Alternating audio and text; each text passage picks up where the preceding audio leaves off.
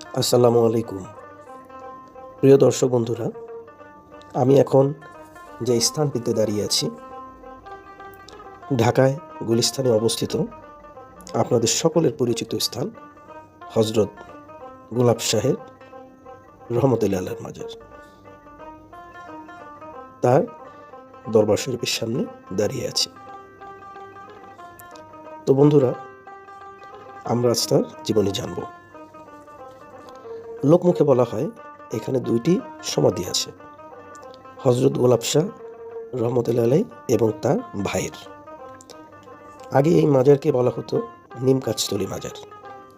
মাজারটি পরিচালনা করছে ঢাকা দক্ষিণ সিটি কর্পোরেশন।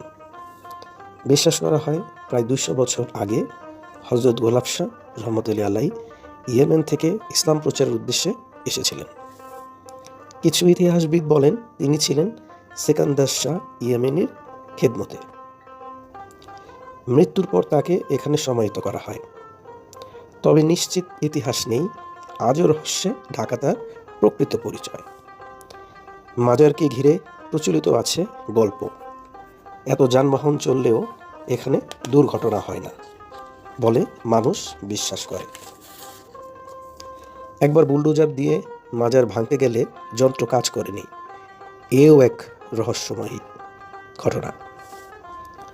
নবদম্পতিরা আসেন সুখ শান্তির আশায়, মানত পূরণে বিশ্বাসে প্রতিদিন ভক্তরা দান করে যান। 2013 সালে মাজার সম্প্রসারণকে কেন্দ্র করে বিতর্ক দেখা দেয়। ইতিহাসবিদরা বলেন এর প্রকৃত উৎপত্তি এখন অজানা।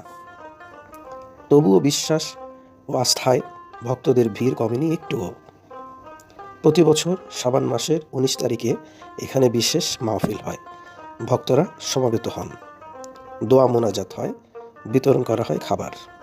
এই দিনটি মাজারের সবচেয়ে জাঁকজমকপূর্ণ সময়। হজরত গোলাপ শাহ মাজার একদিকে রহস্য, অন্যদিকে বিশ্বাস। কে ছিলেন আসলে হজরত গোলাপ শাহ? ইতিহাস চুপ, কিন্তু মানুষের বিশ্বাস আজও অটুট। এই রহস্যময় মাজারই হয়ে উঠেছে ঢাকার ব্যস্ত জীবনের মাঝখানে এক শান্তির প্রতীক। তো বন্ধুরা, কেমন লাগলো আমাদের ভিডিও যদি আপনাদের ভালো লেগে থাকে তাহলে লাইক ও কমেন্টস করবেন এবং আমাদের চ্যানেলটি সাবস্ক্রাইব করবেন। দেখা হবে আবার নতুন কোনো ভিডিওতে ইনশাল্লাহ। সেই পর্যন্ত সবাই ভালো থাকবেন। আল্লাহ হাফেজ। আসসালামু আলাইকুম।